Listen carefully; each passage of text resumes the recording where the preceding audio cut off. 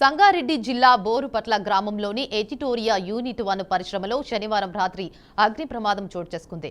Chemical tank పేలడంతో మంటలు చెలరేగినట్టు సమాచారం. ఇక పరిశ్రమ యాజమాన్యం సరైన భద్రతా చర్యలు తీసుకోకపోవడం వల్లే ఈ ప్రమాదం జరిగిందని స్థానికులు తెలిపారు.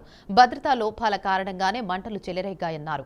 గతంలో కూడా అనేక పరిశ్రమలో ఇలాంటి పేలుళ్లు చోటు చేసుకున్నాయని, ఎస్బీ ఆర్గానిక్స్ కంపెనీలో గతంలో బాయిలర్ పేలడంతో భారీ ప్రాణ నష్టం జరిగింది. అలాగే కొలైంట్ పరిశ్రమలో ఏఎన్ఎఫ్డి సెంటర్ ఫ్యాక్టరీలో మంటలు చెలరేగి కార్మికులు మృతి చెందినట్లు కూడా చెప్పారు. ఇలాంటి ప్రమాదాలు పునరావృతం అవుతున్నా పరిశ్రమలో సరైన భద్రతా చర్యలు తీసుకోకపోవడంపై యాజమాన్యాల నిర్లక్ష్యం బయటపడుతోంది. ఈ ప్రాంతంలో పలువురు ప్రాణాలు కోల్పోయినప్పటికీ ప్రభుత్వం గాని సంబంధిత అధికారులు గాని కఠిన చర్యలు తీసుకోవడం విఫలమయ్యారని ప్రజలు తీవ్రంగా విమర్శిస్తున్నారు.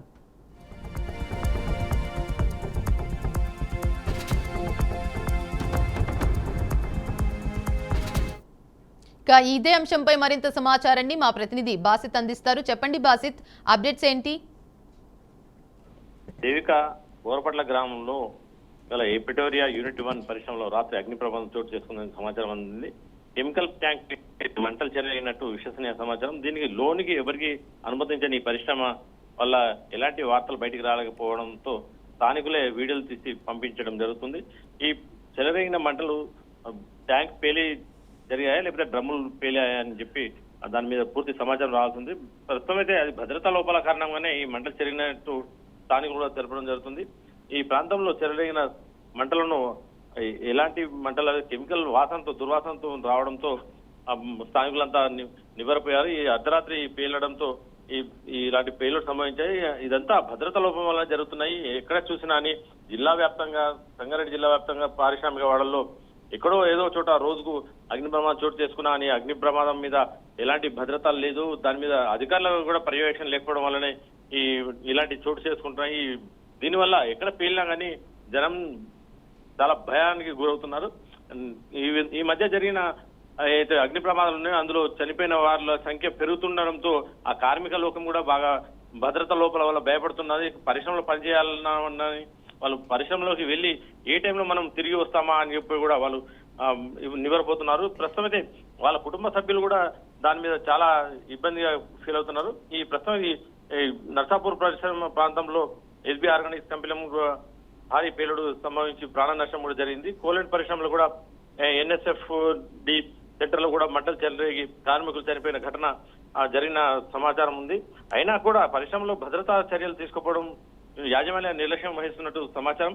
ఈ ప్రాంతంలో చాలా మంది ప్రాణ నష్టం జరిగినని ప్రభుత్వం కానీ ప్రభుత్వ అధికారులు కానీ వీరిపై ఎలాంటి చర్యలు తీసుకోవడంలో తూతు మంత్రంగా చర్యలు తీసుకొని వదిలేస్తున్నారు అనే విమర్శలు కూడా వెలువెత్తుతున్నాయి. దేవిక, అయితే దీనికి పరిష్కారం ఏంటంటారు? పరిశ్రమలకు ఎప్పుడైతే వీళ్ళు లైసెన్స్ ప్రొవైడ్ చేస్తారో, వాళ్ళ పర్మిషన్ ఇస్తారో, పూర్తి స్థాయిలో దీని మీద భద్రత ఉందా లేదా అనే ఆ కోణంలో ఫైర్ సిబ్బంది అయినా సరే, పరిశ్రమ అధికారులు సరే పర్యవేక్షణ చేసి పూర్తి స్థాయిలో ఉంటేనే దానికి పర్మిషన్స్ ఇవ్వాలి. ఆ పర్మిషన్స్ లేకుండా వాళ్ళ ఇష్టారాజ్యంగా వాళ్ళు చేసేది ఒకటి, వాళ్ళు చెప్పేది ఒకటి, లైసెన్స్ తీసుకునేది ఒకదాని మీద తీసుకుంటే మరొకటి వాళ్ళ దాంట్లో ప్రొడక్షన్ వేరే చేసి భద్రత లేకపోవడం వల్లనే ఇదంతా డొల్లతనం బయటపడుతుంది. అసలు భద్రతా లోపానికి కారణాలు అంటే వాళ్ళు పరిశ్రమలో ఒక కెమికల్ ఒక గ్రేడ్ కెమికల్ ను తయారు చేసేందుకు పరిశ్రమ పర్మిషన్ కానీ దాని లోపల వెళ్ళిన తర్వాత వాళ్ళు వేరే రియాక్టర్స్ పెట్టి వేరే ప్రొడక్ట్ తీయడం వల్ల ఆ ప్రొడక్ట్ దాంట్లో కార్మికులు పనిచేసే దాని మీద నిపుణత ఉన్న కార్మికులతోనే పని చేయించాల్సిన అవసరం ఉంటుంది. ప్రస్తుతం మీద ఆ నిపుణత ఉన్న కార్మికులు కాకుండా అన్స్కిల్ వర్కర్స్ తీసుకొని ఆ ప్రొడక్ట్ తీయడం వల్ల అన్స్కిల్ వర్కర్ కు పూర్తి అవగాహన లేకపోవడం వల్ల ఈ అగ్ని ప్రమాదాలు చోటు చేసుకున్నాయి. ఈ ప్రత్యేకంగా ఈ కెమికల్ పరిశ్రమల్లో ఏదైతే పరిశ్రమలో పనిచేసే వాళ్ళు ఉన్నారో దాని మీద నిపుణం ఉన్న కెమిస్ట్ ఉంటేనే దాన్ని వర్క్ చేసే విధంగా ఉంటుంది. కానీ వీళ్ళు ఎక్కడనో 10వ తరగతి లేకపోతే ఇంటర్ చదివిన విద్యార్థులకు దాని మీద నిపుణత లేని వాళ్ళని తీసుకొని వాళ్ళని పని నడుచుకుని తక్కువ పేమెంట్ తోని వర్క్ ఎక్కువ తీసుకునే అవకాశాలు ఉంటున్నాయి. కాబట్టి ఈ పరిశ్రమలు మొత్తం మాక్సిమం ఈ పారిశ్రామిక పటాచారు పారిశ్రామిక కాకుండానే జిల్లా వ్యాప్తంగా ఉన్న పరిశ్రమల్లో ఏదైతే వర్కర్లను తీసుకుంటున్నారో వర్కర్ల జాబితా కూడా తీసుకోవాల్సిన అవసరం ఉంది. ప్రభుత్వం దాని మీద దృష్టి సారించాల్సిన అవసరం ఉంది.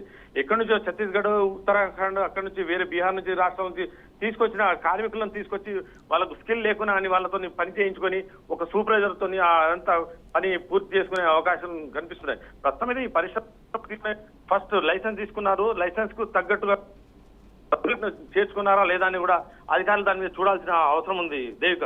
Right, thank you for the update Basid.